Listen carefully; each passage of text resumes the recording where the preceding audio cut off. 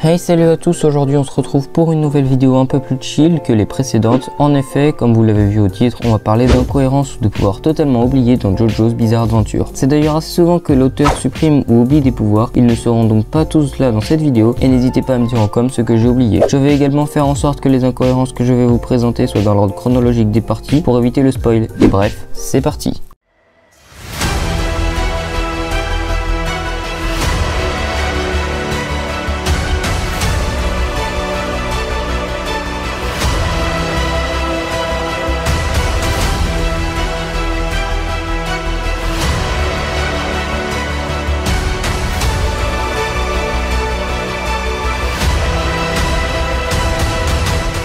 Numéro 1, Kakyoin et son tableau.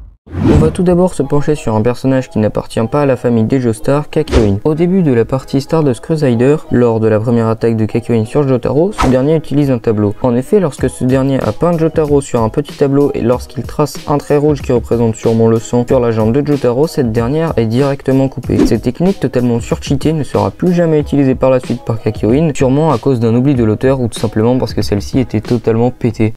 Numéro 2.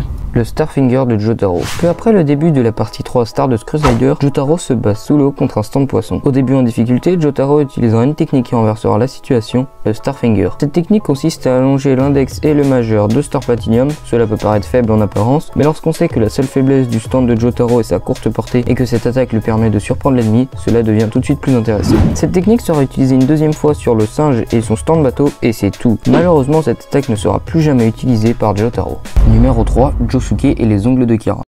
Lorsque Josuke et ses amis poursuivent Kira Yoshikage dans la partie 3 Diamond is Unbreakable, ils tombent sur son domicile et découvrent les ongles de Kira. Pourquoi Josuke n'a tout simplement pas utilisé son pouvoir de reconstruction sur les ongles de Kira afin de le retrouver comme il l'avait fait avec sa main? Car oui, je vous le rappelle, lors du combat Kira vs Jotaro, Kira perd une main mais arrive à s'enfuir. Josuke utilise alors son pouvoir de reconstruction sur cette dernière pour pouvoir poursuivre Kira. S'il avait fait de même sur les ongles de Kira, cela nous aurait épargné une douzaine d'épisodes. Mais on va ensuite voir que ce n'était pas la seule manière de retrouver Kira rapidement. Numéro 4, Joseph et son ermite Purple. Toujours lors de la partie 4, et toujours pendant la fuite de Kira, pourquoi ne pas avoir fait appel à Joseph et son ermite Purple? Car oui, Joseph, grâce à son stand, a le pouvoir de localiser une personne comme il l'a fait pour Dio. Cela aurait au moins permis de connaître la nouvelle apparence de Kira pour le retrouver plus facilement. De plus, on sait que Joseph était venu du Japon exprès pour retrouver la trace d'un criminel, Akira Otishi, qui maniait le stand Red Hot Chili Pepper, qui était caché à Morio exactement comme Kira. Numéro 5, Giorno et Gold Experience.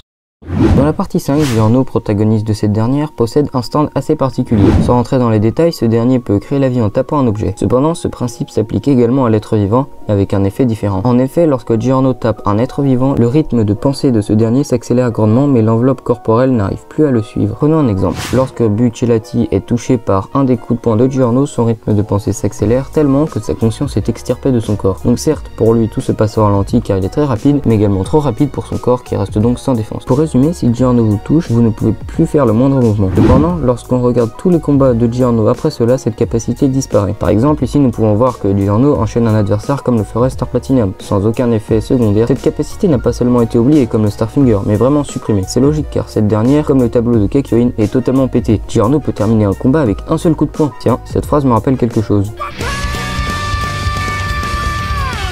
Bref, pas étonnant que l'auteur l'ait enlevé. Et bien voilà, c'est déjà la fin de cette vidéo. Je sais qu'elle était courte, mais c'est un nouveau petit format en attendant la deuxième partie sur la vidéo de Dio qui est en préparation. Je ferai peut-être un épisode 2, car comme je l'ai dit en début de vidéo, il y a vraiment plein d'incohérences dans JoJo's. N'hésitez pas à vous abonner et à liker si cette vidéo vous a plu. Et moi je vous dis à la prochaine. Salut!